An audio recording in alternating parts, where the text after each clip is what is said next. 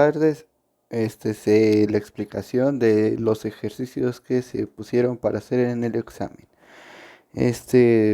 OPAM, este arreglo, se necesita sacar la función de transferencia cuando en función de AD. Para eso ponemos la fuente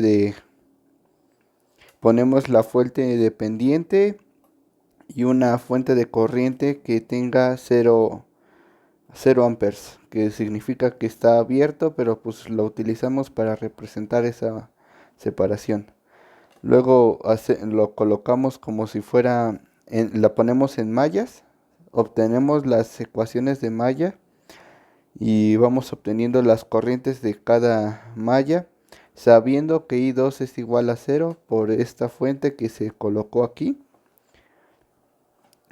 Y pues se empiezan a sustituir, sacamos la fuente de el valor de I3 y esta es la última malla. Pues sabemos que es igual a 0, por lo que sustituimos I3, pero en I3 ya habíamos sustituido el valor de I1 para ir simplificando más. Luego empezamos a simplificar todo. Todo queda, lo vamos a dejar que todo quede en función de AD. Pero factorizamos BD. Luego que lo factorizamos, lo sustituimos por B0 entre voltaje de salida entre AD. Esto nos deja lo siguiente. Y una vez, ¿cómo se dice? Simplificando y factorizando y haciendo que voltaje de salida entre voltaje de entrada quede en función de AT, nuestra función de transferencia es la siguiente. Y después de hacer el límite de AT que tiende a infinito, nos queda la función que el voltaje de salida entre el voltaje de entrada sea igual a 12 décimos. Este es el segundo ejercicio. Igual se hacen las dos mallitas y se empieza a obtener los valores del voltaje de entrada y luego que tenemos el voltaje de entrada también obtenemos la corriente del arreglo. Se puede observar que I1 menos I2 es igual a la fuente de corriente que vale 0 amperes. Y de allí obtenemos que I1 y I2 valen lo mismo. Entonces hacemos la segunda malla. Sustituimos I1 porque I1 y I2 valen lo mismo. Y empezamos a factorizar todo BD y BI.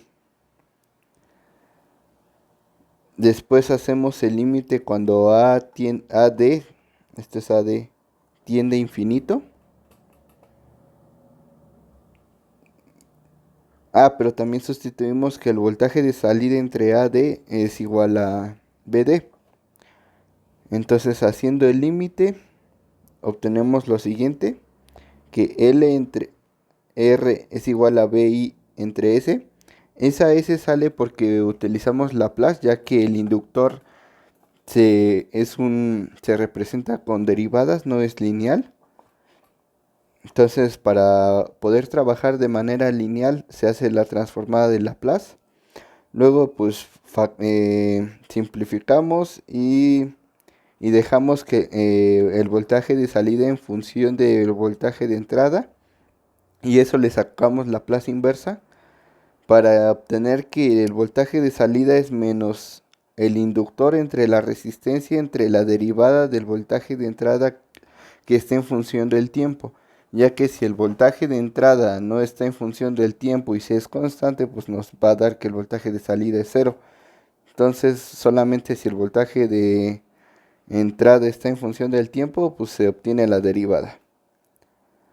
Y por último, es un sumador, realmente, sumador que invierte Y pues nos piden de que debemos de sacar que el voltaje de salida debe de ser menos 2 veces V1 menos 3 V2 y se tiene que obtener el valor de las resistencias con lo que nos da eso. Bueno, del circuito vemos que el voltaje que hay en este nodo A es lo mismo que... se ve que de la fuente, que es igual a cero, el valor de esta corriente es igual al voltaje que hay en el nodo entre la resistencia de carga.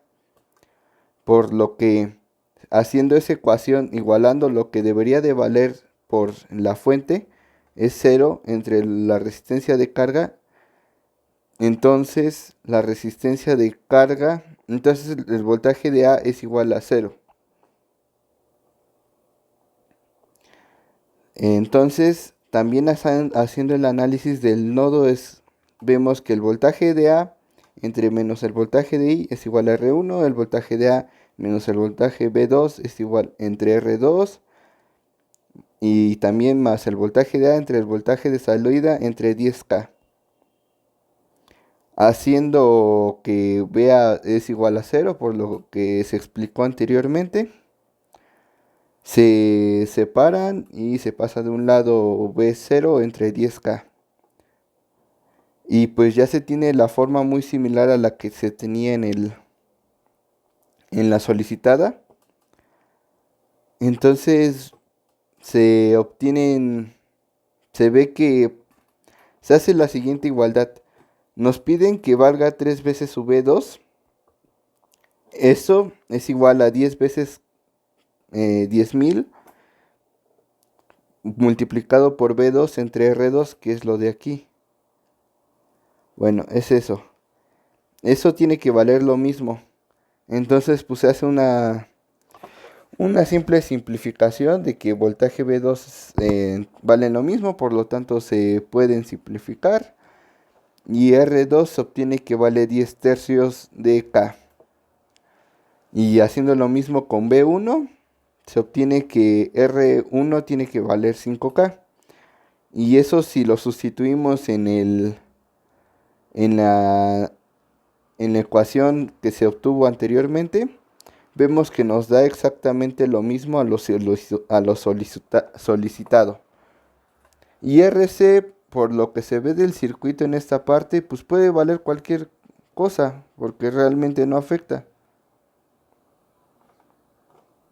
Entonces, pues eso es todo. Muchas gracias.